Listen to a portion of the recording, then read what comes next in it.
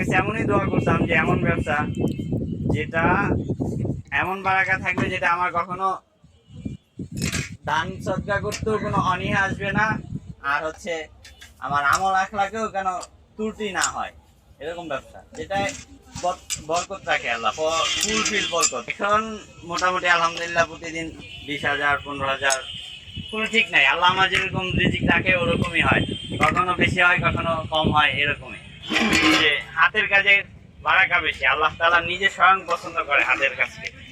এই জন্য আমি এই কাজটা বেছে নিই, যে হাতের কাজ এটা আমার সম্পূর্ণই আমি নিজে আমার নিজের হাতে তৈরি করি।